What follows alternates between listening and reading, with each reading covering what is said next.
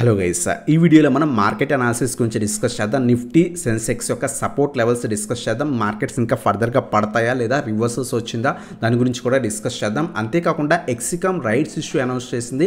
RE షేర్స్కి చాలామందికి credit అయ్యాయి. So దాని గురించి కూడా డిస్కస్ చేద్దాం. చాలామందికి డౌట్స్ ఉన్నాయన్నమాట, దాని గురించి కూడా మనం డిస్కస్ చేద్దాం. సో ఫస్ట్ ఆఫ్ ఆల్ మనం మార్కెట్ చూస్తే కనుక మార్కెట్ ఈరోజు కొంత పాజిటివ్గా టర్న్అవుట్ అయింది. నిఫ్టీ ఆల్మోస్ట్ 113 పాయింట్స్ దాకా కూడా పాజిటివ్గా క్లోజింగ్ అనేది ఇచ్చిందనమాట. మనం ఏదైతే నిఫ్టీ అనాలిసిస్ చేస్తే కనుక మనం ప్రీవియస్గా న్యూ ఛానల్లో కూడా డిస్కస్ చేసాం. 25,500 లెవెల్ పైన ఒకవేళ మార్కెట్ సస్టైన్ కాలేకపోతే కనుక 25,000 లెవెల్స్ దాకా కూడా మార్కెట్ పడే ఛాన్స్ ఉంది. 25,000 ప్రీవియస్గా చాలా టైం సస్టైన్ అయింది కాబట్టి ఈ రీజన్ సపోర్ట్ కింద యాక్ట్ చేస్తుంది అనమాట. సో ఈ రీజన్ పైన మార్కెట్ సస్టైన్ అయినంత వరకు కూడా మనం మార్కెట్లో పాజిటివిటీ ఎక్స్పెక్ట్ చేయొచ్చు.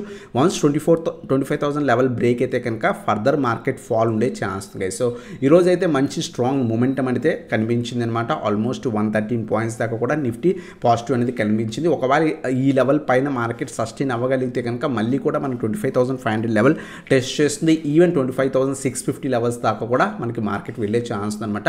లేదు ఒకవేళ మార్కెట్లో నెగిటివిటీ ఉండి ఎఫ్ఐఎస్ సెల్లింగ్ కంటిన్యూ అయితే కనుక ఈ రీజన్ బ్రేక్ అయితే కనుక ఇమీడియట్గా మనకి 24,700 అలాగే 24,500 లెవెల్స్ దాకా కూడా నిఫ్టీ వచ్చే ఛాన్స్ అనమాట. సో ఇవి మనకి నెక్స్ట్ మేజర్ సపోర్ట్స్ నిఫ్టీ కోసం అనమాట. అలాగే సెన్సెక్స్ మనం అబ్జర్వ్ చేస్తే కనుక సెన్సెక్స్ కూడా ఈరోజు ఆల్మోస్ట్ 317 పాయింట్స్ దాకా ర్యాలీ ఇచ్చింది. మార్నింగ్ నుంచి కొంత సైడ్ వేస్ నుంచి పాజిటివ్ ట్రెండ్ అనేది కనిపించింది అనమాట. ఎక్స్పైరీ డే కాబట్టి కొంత ఆ విధంగా కనిపించింది. సో సెన్సెక్స్ కూడా మనం అబ్జర్వ్ చేస్తే కనుక 82,000 చాలా స్ట్రాంగ్ సపోర్ట్ అనమాట. ఎస్టర్డే మనకి ఈ రీజనే మనకి టెస్ట్ చేసింది. సో ఈరోజు మంచి రివర్సల్ వచ్చింది. ఒకవేళ 82,000 లెవెల్ పైన సెన్సెక్స్ కనుక సస్టైన్ అవ్వగలిగితే కనుక ఇమీడియట్గా మనకి 83,200 నుంచి 83,500 రీజన్ దాకా కూడా మళ్ళీ మార్కెట్ వెళ్ళే ఛాన్స్ అనమాట. ఒకవేళ ఈ రీజన్ పైన ఒకవేళ సస్టైన్ కాలేకపోతే కనుక మళ్ళీ 81,000 ఈవెన్ 80,000 లెవెల్స్ దాకా కూడా సెన్సెక్స్ పడే ఛాన్స్ అనమాట. సో ఇవి మనకి major support and resistance levels Sensex కోసం అనమాట. ఇది మనకి మార్కెట్ అనాలిసిస్. అలాగే చాలామంది ఎక్సికమ్ షేర్ గురించి అడుగుతున్నారు గైస్. సో చాలామందికి ఈరోజు ఎక్సికమ్ ఎవరైతే లాంగ్ టర్మ్కి హోల్డ్ చేస్తున్నారో లేదా ప్రీవియస్గా బై చేసి హోల్డ్ చేస్తున్నారో వాళ్ళకి ఆర్ఈ షేర్స్ అనేవి వచ్చి ఉంటాయి అనమాట. ఈ ఆర్ఈ షేర్స్ అంటే ఏంటి అని చాలామంది అడుగుతున్నారు మార్నింగ్ నుంచి. సో ఇవి మనకి రైట్స్ ఎంటైటిల్మెంట్ షేర్స్ అంటాం అనమాట. సో వీటి గురించి డిస్కస్ చేసే ముందు first of all rights issue అంటే ఏంటో డిస్కస్ చేద్దాం. రైట్స్ ఇష్యూ జనరల్గా ఏదైనా కంపెనీ ఎందుకు అనౌన్స్ చేస్తుందన్నమాట. సో ఏదైనా ఫండ్ రైజ్ చేయడానికి కానీ, డెప్ట్ క్లియర్ చేసుకోవడానికి కానీ, లేదా షేర్స్ని కొంచెం డైల్యూట్ చేయడానికి కానీ, సో ఈ కంపెనీస్ అనేవి వీటిని రైట్స్ ఇష్యూ ద్వారా అప్లై చేస్తుందన్నమాట. ఎవరైతే ఎగ్జిస్టింగ్ షేర్ హోల్డర్స్ ఎవరైతే ఈ కంపెనీని ఆల్రెడీ బై చేసి హోల్డ్ చేస్తుంటారో వాళ్ళకి ఈ ఆర్ఈ షేర్స్ అనేవి మీకు క్రెడిట్ అవుతాయి అనమాట మీ పోర్ట్ఫోలియోలో. ఒకవేళ ఈ షేర్స్ వస్తే కనుక వీటిని యూజ్ చేసుకొని మనం రైట్స్ ఇష్యూ అప్లై అనేది చేసుకోవచ్చు అనమాట. చాలామందికి తెలియదు ఏంటి అంటే కనుక సరే ఇవి కూడా వచ్చే కదా హోల్డ్ చేద్దామని చాలామంది అనుకుంటారు. కొన్ని డేస్ తర్వాత ఈ ఆర్ఈ షేర్స్ అనేవి మీకు డిసప్పేర్ అయిపోతాయి.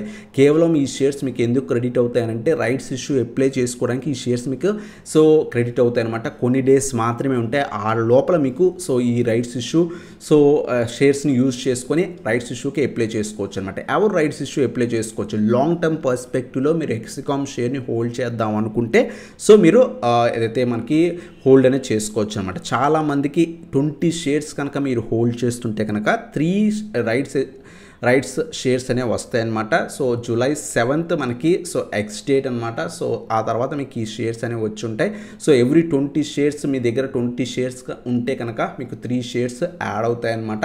మీకు ఈ ఆర్ఈ షేర్స్ యూజ్ చేసుకొని మనం అప్లై అనేది చేసుకోవచ్చు గైస్. సో దీంట్లో ఏంటి అంటే కనుక ఆన్లైన్ ద్వారా మీరు ఎలా అప్లై చేసుకోవచ్చు అంటే మీరు నెట్ బ్యాంకింగ్ ఏదైతే యూజ్ చేస్తారో లైక్ ఎస్బీఐ కానీ, ఐసిఐసిఐ బ్యాంక్ కానీ ఏదైనా నెట్ బ్యాంకింగ్ యూజ్ చేసుకొని సేమ్ లైక్ ఐపీఓ ఎలా అయితే అప్లై చేస్తారో ఆ విధంగా మీరు యాస్బా అని ఉంటుంది. యాస్బాలోకి వెళ్ళి అక్కడ మీకు రైట్స్ ఇష్యూ మీద క్లిక్ చేస్తే కనుక మీకు ఏదైతే కంపెనీ అప్లై చేద్దాం అనుకుంటో ఆ కంపెనీ కనిపిస్తుంది. దాంట్లోకి వెళ్ళి మీ దగ్గర ఎన్ని ఆర్ఈ షేర్స్ ఉన్నాయి, మీరు ఎంత అప్లై చేద్దాం అనుకుంటున్నారో దాన్ని బేస్ చేసుకొని అప్లై చేసుకోవచ్చు. ఒకవేళ మీరు ఇంకా ఎక్కువ అప్లై చేద్దాం అనుకుంటే కనుక ఆర్ఈ షేర్స్ బై చేసుకుని కూడా అప్లై అనేది చేసుకోవచ్చు గైస్. ఏమైనా ఫర్దర్ డౌట్స్ ఉంటే మనకు వాట్సాప్కి అడగండి, దాంట్లో మీకు క్లియర్ అనేది చేస్తాం అనమాట. ఎవరైతే రైట్స్ ఇష్యూ అప్లై చేద్దాం అనుకుంటారో అప్లై చేయండి. ఒకవేళ మీరు రైట్స్ ఇష్యూ అప్లై చేయకూడదు, నాకు లాంగ్ టర్మ్ వ్యూ కాదు అనుకుంటే కనుక బెటర్ బోత్ ఎక్సికామ్ షేర్స్ అలాగే ఆర్ఈ షేర్స్ రెండు కూడా కలిపి సేల్ చేయండి. ఎందుకంటే మనకి ఆ రైట్స్ ఇష్యూ తర్వాత మీకు ఏమవుతుంది అంటే కనుక ఏదైతే ఇది మనకి క్లోజ్ అయిపోతాయి అనమాట.